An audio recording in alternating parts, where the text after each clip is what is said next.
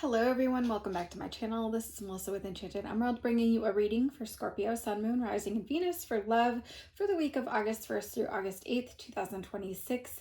And out of the Light Series Tarot, we have the Emperor card, the Sun card, the Ace of Wands, the Ace of Cups, and the Five of Pentacles showing up for you. So I do feel like this is a beautiful new beginning setting in, and I think that there's a lot on your plate right now, Scorpio, in terms of you having expectations of others and others placing their expectations on you. And I think that ultimately you're at a space where you could be easily influenced by the harsh judgments of other people within a friend group or within a social setting. And I think that that's really leaving you in a space at times where you feel as though you are unable to express yourself or express your truth of the situation. And I think that that's really creating a lot of noise around you connecting with your intuition, right? It's very deafening where you're unable to even hear your own truth through all of this static, right? And I think that this is about you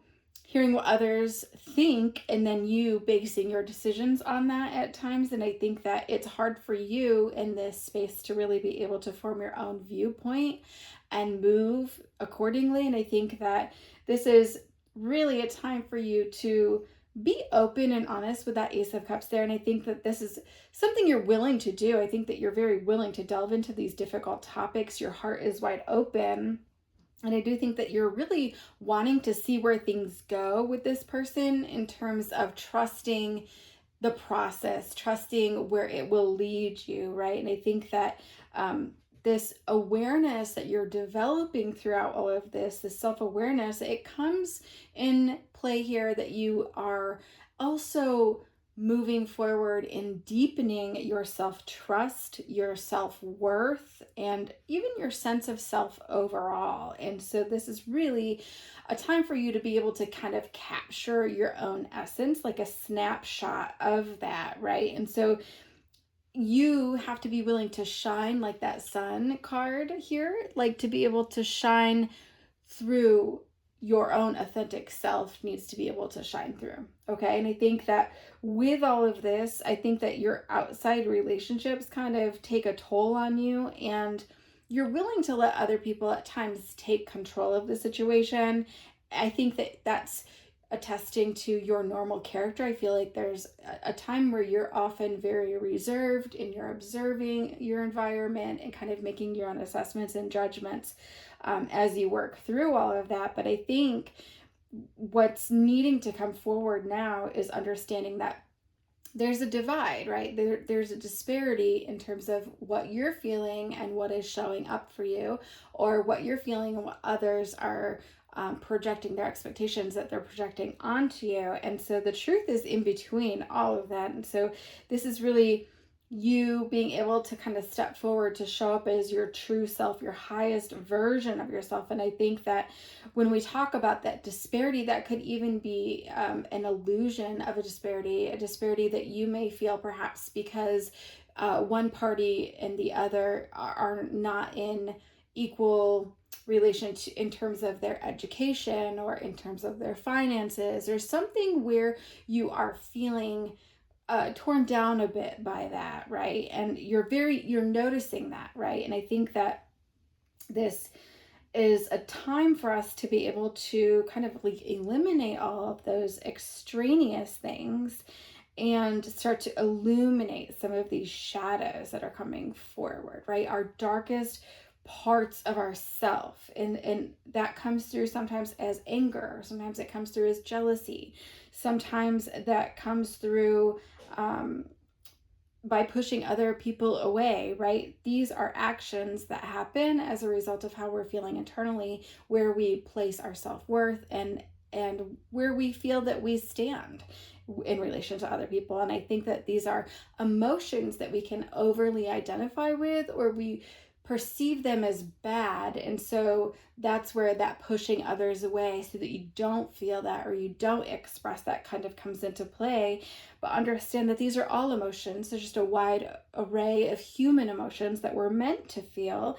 And it's coming up for you right now because it's meant to be able to be felt so that you can heal that and get on the other side of that. And I think that what's coming in with this connection is you guys have a very strong connection, right? It's a very strong soulmate energy. And I think you have a sense sometimes that you could finish each other's thoughts. There's this beautiful dynamic of energy at play. And I think that it's important for you to understand that regardless of what's happening that feels so great, this love is meant to transform you. So there are challenges or obstacles that you two must overcome. And that is happening right now as presenting itself as those shadows that are kind of coming forward for you to work through in this dynamic. And so I feel like sometimes those that anger, that jealousy can kind of come forward, and it can feel more like an interrogation, right?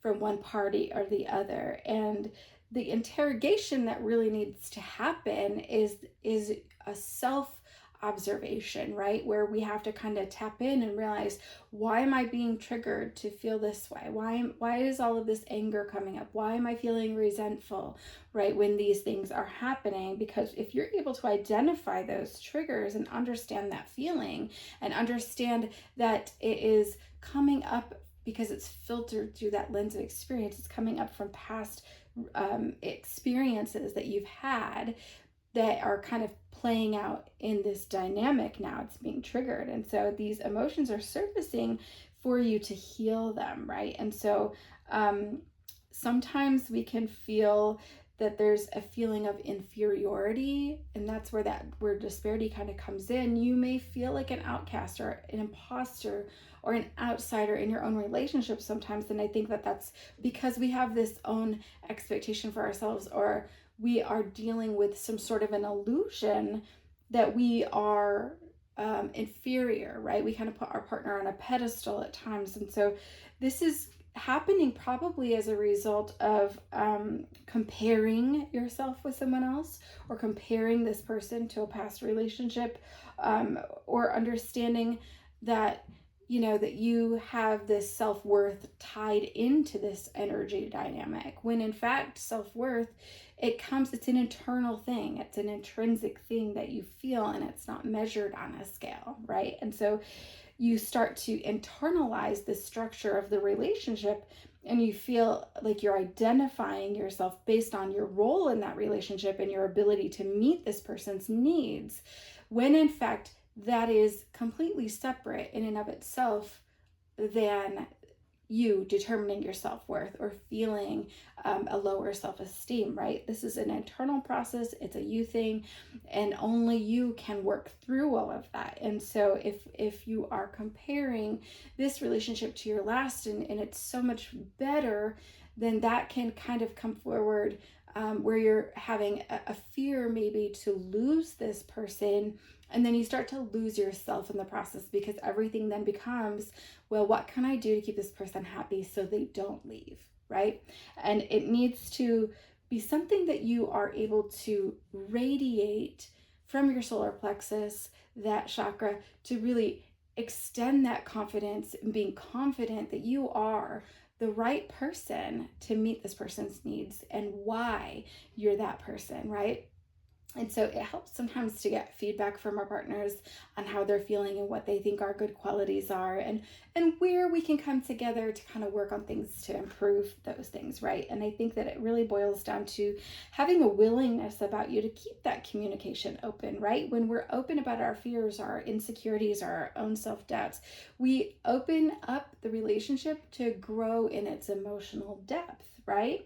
And sharing your deepest, darkest secrets, right? Allowing this person to be privy to some of this information as to who you are at your core and why you do the things that you do, right? And I think that this is this transparency that comes forward with this connection, where you leave nothing to the imagination, right? You want to be very clear as to leave nothing up to someone's imagination. No questions about your motives, no questions about why this is happening, right?